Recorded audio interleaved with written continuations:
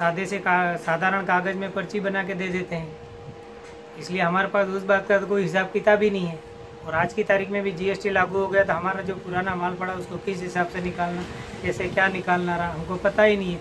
आगे से भी वो बिल देंगे या नहीं देंगे उसकी पुख्ता क्या गारंटी है? सरकार ने ऐसी क्या व्यवस्था की है जिससे हमको जानकारी मिले कि हमको बिल कहाँ से उपलब्ध होंगे, क्या बिल वाला माल उपलब्ध होगा, हम माल बेचेंगे कैसे? हमको इस बात की कोई जानकारी नहीं है। या तो सरकार को इसको अखबार में विज्ञापनों दे करके, टीवी पे विज्ञापन दे करके और इस प्रकार से और व्हाट्सएप पे हमको किसी भी प्रकार से मतलब उपलब्ध करवाना चाहिए कि हर व्यापारी तक पहुँचे।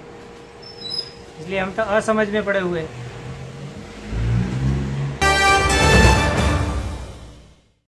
कैसे रहे तो एक आइटम का बिजनेस हो तो बात अलग है, छोटे किराना रिटेलर जैसे हमारा है तो किराना में कैसे हो इतना बारीक हिसाब रखने का काम।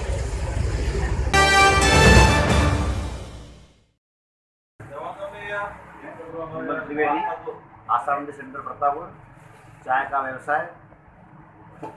जीएसटी आने के बाद चाय के अंदर ऐसा कोई विशेष परिवर्तन नहीं है। सरकार का पहले 5.5% राजस्थान गवर्नमेंट का टैक्स था, उसकी जगह केंद्र सरकार में जीएसटी में 5% टैक्स हो गया है। पहले हमको टैक्स आउट ऑफ स्टेट से करने पे यहाँ भरना पड़ता था, उसकी जगह है यहाँ इनपुट मिलेगा और इसमें कस्टमर को ज़्यादा ऐसा कोई नुकसान वाली बात नहीं है। कुल मिला के ठीक ही है, ऐसा कोई ज़्यादा चाय के में तो ऐसा कोई है नहीं। बाकी बहुत सी चीज़ें ऐसी हैं जो अभी क्लियर नहीं हुई है। जैसे जैसे स्थिति आगे बढ़ेगी ऐसे मतलब इसके बारे में जानकारी मिलेगी। क्या नाम है आपका? मैं फखरुद्दीन अब्दुल हुसैन कापड़िया। क्या पोस्ट है आपका? कापड़िया। पद क्या है? पद आपके पास कपड़ा व्यापारी के क्या है आप? सचिव। जीएसटी के बारे में आप क्या सोचते हैं? जीएसटी के बारे में तो यही सोचना है कि